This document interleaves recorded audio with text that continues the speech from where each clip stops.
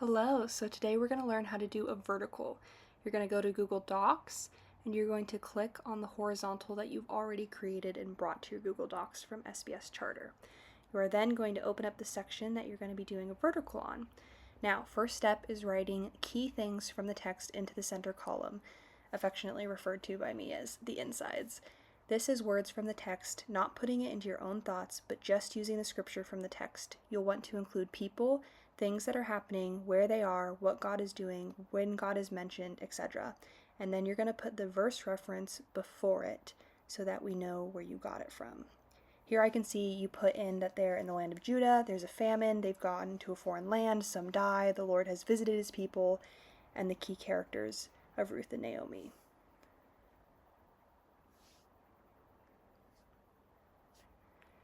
Now, once this is over, you are going to start your color code, which is going to be so fun.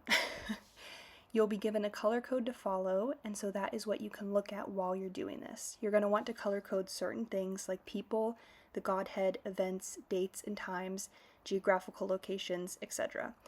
How are things happening, repeated words, lists, connectives, structure, different things like that, and you'll follow the color code that we give you. Some things won't have a color code, like promises, for instance, that I color coded here, and so you can just decide the color code you want for yourself. And then you are going to summarize the text that you are studying. The summary should be 1 to 2 sentences long, and it should simply explain what is happening in the chunk of scripture that you are studying for your vertical. So here I briefly explained what is happening, who the family is, what they're doing, and why that matters for this chapter. The summary will be formatted a little bit differently later on, so we're just going to leave it like that for now once I finish it and get it out of the way.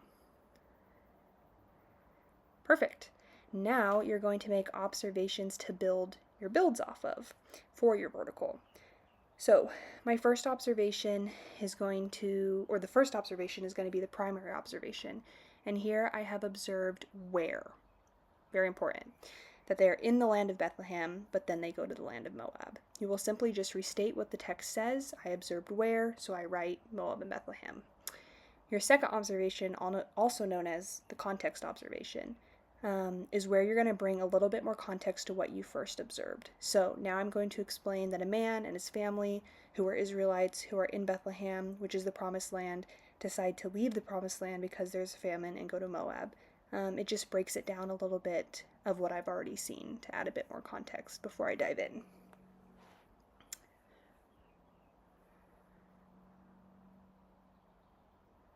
Then I'm going to outline the interpretation, which I'm going to not fill in right now, but I'll set it up, and that is going to be in the color blue.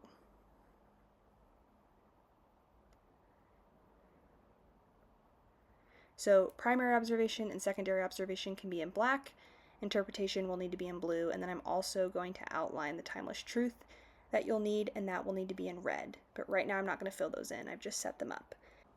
So now I'm going to find what I observed through the text for my vertical. You'll need 3 to 4 builds, which is what these are called: the primary observation, secondary observation, interpretation, and timeless truth. That is a build. You'll need 3 to 4 to complete a vertical, so I'm going to go through and find them, and so I can do a build off of them. So for my second one, I'm going to do when, and I'm just going to restate with the text during the time of the judges. Then I'm going to go look up a verse to help me, but my computer was not working, so you can also just go to your scripture and look up the verse. Sometimes it's helpful in the secondary observation, which is the context observation, to use a verse outside of the book you're studying if the book references another book, as it can provide great context for what is happening. So here I just copied a verse expressing what was happening during the time of the judges and wrote that down so I can use that for later. Then I get my interpretation and timeless truth set up. My third observation is the promise that Ruth makes to Naomi. So I write that down. I color-coded it to the promise so that I know that that's what I'm looking at. I basically just copy the promise, and then in my secondary observation I explain that it is meaningful. For my fourth observation, I'm going to do repeated words. So you're going to write down the word that's repeated, then in the secondary observation you're going to write down the word and the verses it's in. Then you're going to go to Blue Letter Bible, which is a great tool. It shows you the meaning of the original Greek or Hebrew words of the Bible, which is amazing for understanding. You're going to click on the ESV for your translation because that's what we use, and you're going to type in the verse or the passage that you want to look at.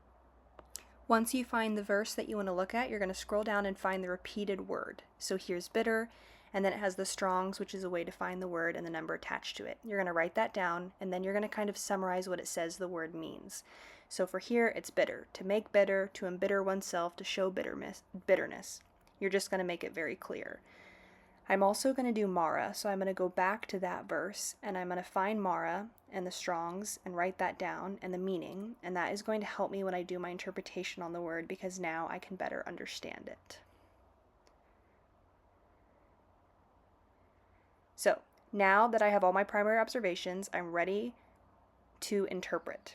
So this is what it looks like. You're going to ask a question that helps you understand what it was like for the original readers and the original audience and what the Lord was trying to do. So for this, I ask, how's the man's actions conflict with Yahweh's blessing? And then I break that down from what I know from Scripture, from what I've been taught, and from the research I've done. Why was it wrong for them to go to Moab? How would that have been important at this time? And then I write a timeless truth based off of that, which just is a truth that can be carried into all times from that interpretation. So then I do the same thing for my second observation. I write, why is the timing of the book significant to the storyline? And then I break that question down so I can understand it better. And then I write my timeless truth, and I will move on to the next one.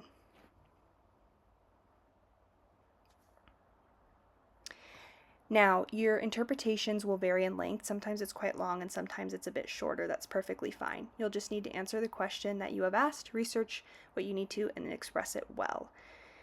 So here with this one, my interpretation is a little bit longer. That's okay. I felt that it was necessary to break it down well, and then I finish with my timeless truth. So now for the repeated word observation. This one can go quite a bit longer than the others, especially for me since I kind of asked two different questions, and I also looked into all three words in their own way to see, what they meant.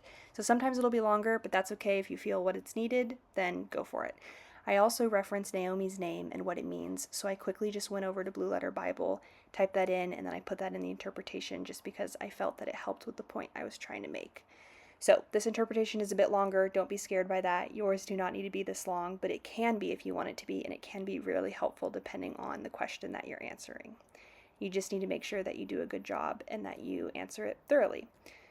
So once this is done, then I write my last timeless truth, and that concludes the builds.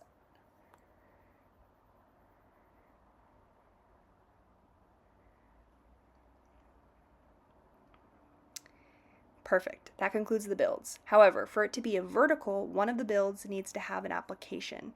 So I chose the first build that I did, and I wrote an application that I can apply to my life today. And then that completes a vertical. So this is a whole vertical, but the summary is not in the right format. We want it to go under the scripture box. So I just copy and pasted it and brought it back up and formatted it there, and then erased the other one. Then you're going to need to write your name, your first and last name, and the date so it doesn't get mixed up. So there's my name, first name, last name, and that is a completed vertical. Congratulations.